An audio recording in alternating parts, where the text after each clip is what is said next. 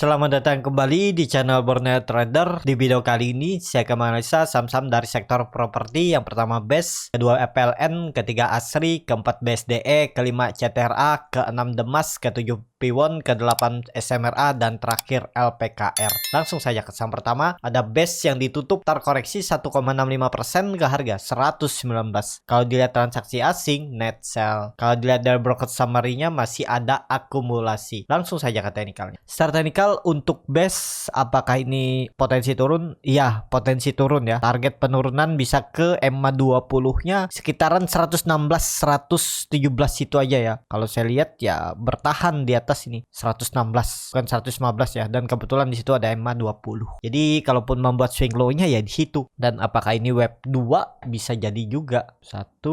Kalau 2 di sini, 3 140, 144, terus mungkin ke 128, 130, naik lagi ya. Target web 5 ya 170, 180. Semoga itu terjadi di BES, tapi itu baru perkiraan. Ya lihat aja bagaimana respon pasar, bagaimana pergerakan BES dalam time frame jangka pendek, seminggu, 3 hari atau 2 minggu ya. Dengan kondisi seperti ini, kalaupun dia koreksi itu menarik di 115, 116 itu untuk spek buy. Jadi seperti itu untuk BES. Kondisi seperti ini ya koreksi wajar lah. Arahnya masih potensi untuk uptrend karena ini baru permulaan dia mencoba uptrend. Jadi seperti itu untuk BES. Langsung saja ke saham kedua, ada PLN yang ditutup di harga 117 terkoreksi 0,84%. Kalau dia transaksi asing nggak ada jual beli dan seminggu ini bisa dibilang asing net buy. Kalau dilihat dari broker summary-nya, APLN malah ada akumulasi. Langsung saja ke teknikalnya. Secara teknikal untuk APLM, kalaupun dia koreksi ke 115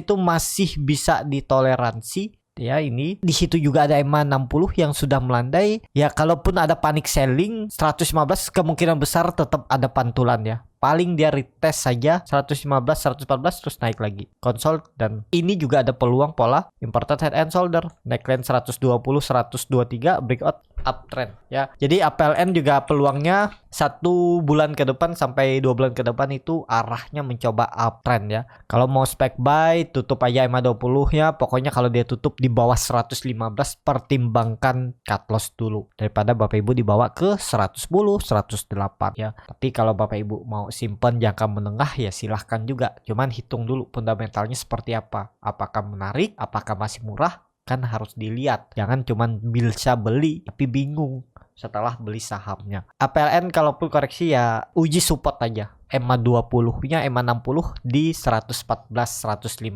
itu. Jadi seperti itu. Untuk APLN, EMA CD-nya juga mengarah ke atas, membentuk golden cross, bercat di atasnya juga terbentuk, dan saat koreksi volumenya juga makin turun, berarti seller nggak kuat. Tinggal nunggu momentum, potensi ada muncul buyer ya siap-siap rebound APLN. Jadi seperti itu untuk APLN. Langsung saja ke saham ketiga, ada ASRI yang ditutup terkoreksi 1,1% ke harga 179. Kalau dilihat transaksi asing, net buy. Kalau dilihat dari broker summary-nya, ASRI didistribusi. Langsung saja ke teknikal. Secara teknikal, ASRI bagus. Peluangnya menurut saya karena ini ada rejection setelah candle hammer terbalik, dia coba turun tapi kemudian ada buyer yang tarik lagi, berarti dijaga kan area 170, 172, 176-nya ini ya menarik nih. Kalau saya lihat ada peluang untuk kalaupun koreksi ya nggak masalah. Pokoknya di bawah 175 itu ya respect buy sampai 172. Pokoknya tutupannya di bawah 170 ya jual. Kalau saya lihat ASRI akan uptrend. Ya udah konfirmasi nih, tinggal nunggu market bagus akan menguat lagi ya. Resisten terdekat 184, kalau dilewati sekali lagi potensi arah ke 200 untuk ASRI. Jadi seperti itu untuk ASRI.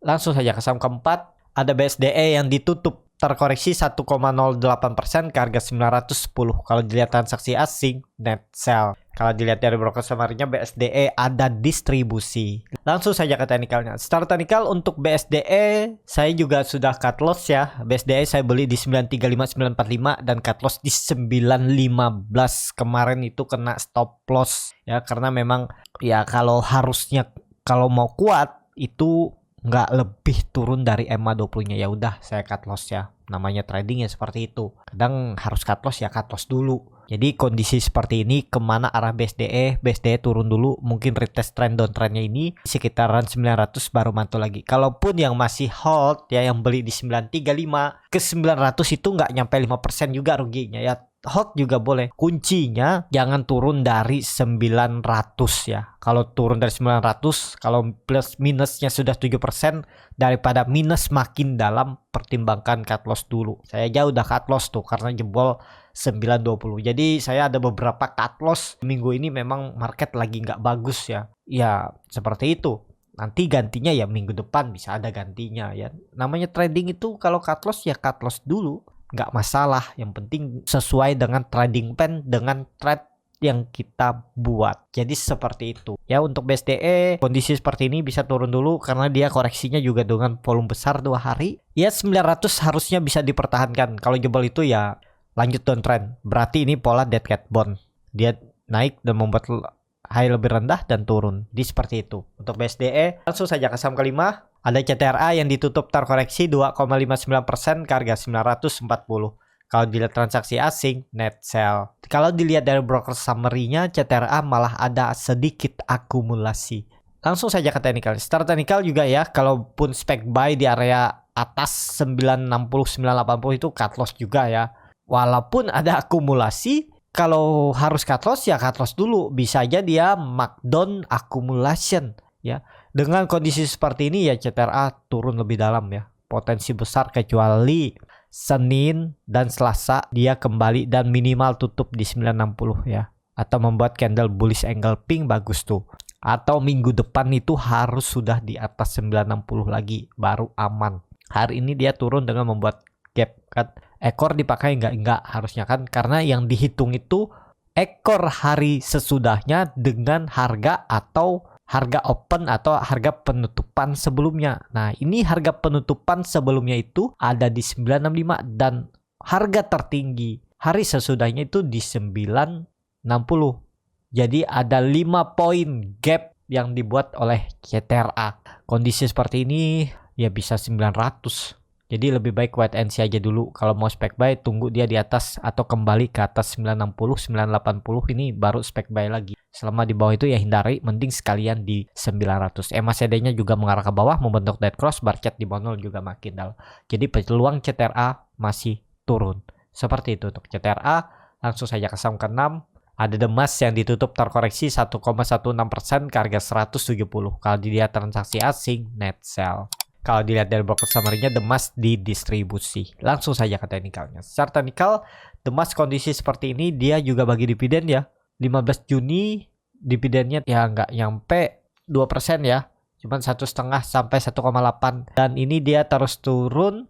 Kondisi seperti ini ya harusnya dijaga ya 168 nih. Pokoknya kalau dia membuat low baru, kalau mau nekat spek buy karena udah 5 hari dia turun, kemungkinan ada technical rebound. Pokoknya ya base-nya ini bisa juga, tapi ini aja pakai. Pokoknya kalau dia tutup di bawah 170 ya jual dulu ya. Ini paling kalau dia rebound terbatas saja. Kalau naik ke 180 belum saatnya. Paling mentok dia itu naik 173, 175, 176. Jadi cari profit tipis saja ya. 2-3%, kalau bisa profit beli di support dan mantul realisasikan aja. Bisa aja habis itu merah karena juga Demas sering membuat ekor ya. Jadi hati-hati. Jadi seperti itu. Untuk Demas langsung saja ke saham ke-7. Ada P1 yang ditutup terkoreksi 2,43% ke harga 480. Kalau dilihat transaksi asing, net sell. Kalau dilihat dari broker summary-nya, P1 ada distribusi. Langsung saja ke teknikalnya. Secara teknikal, P1 juga cukup dalam 3 hari terus turun setelah gagal bertahan di atas 500. Dan ini kalau pola barunya ya, ini dihapus. Ini dia retest nih. Harus rebound kalau mau aman. Kalau enggak, ada pola head and shoulder. Ini hati-hati nih.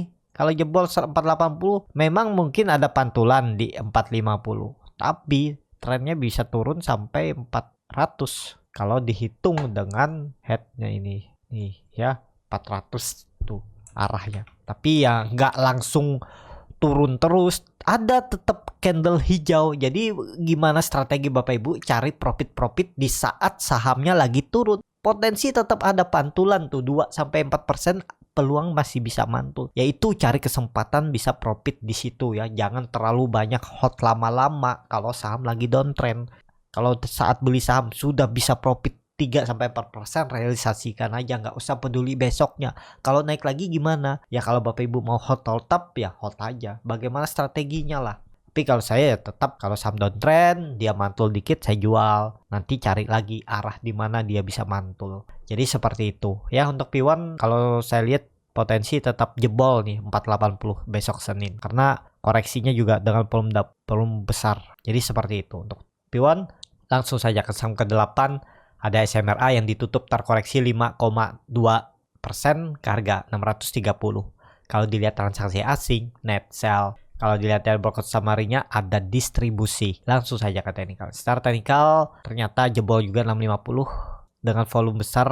Target mana? Targetnya 600 ya. Angka genap dan kebetulan di situ neckline rounding bottom ya. Jadi ke sini arahnya untuk SMRA. Jadi hindari dulu lah. Kecuali minggu ini dia bisa naik lagi ke atas 650 itu bagus, berarti dia reject dan ada bisa sinyal reversal, dibawa turun dulu mungkin markdown baru ditarik akumulasi dan naik lebih tinggi ya, bisa seperti ini. Tapi itu baru gambaran ya. Kalau mau ya minggu ini dia harus naik di atas 650. Kalau dia candle hijau siap-siap ke atas tuh. Tapi kalau terus turun 600 nih, jaga aja di 600. Ada peluang dia mantul minimal 2% 3% itu potensi dapat pantulan SMRA. Tapi disclaimer on ya.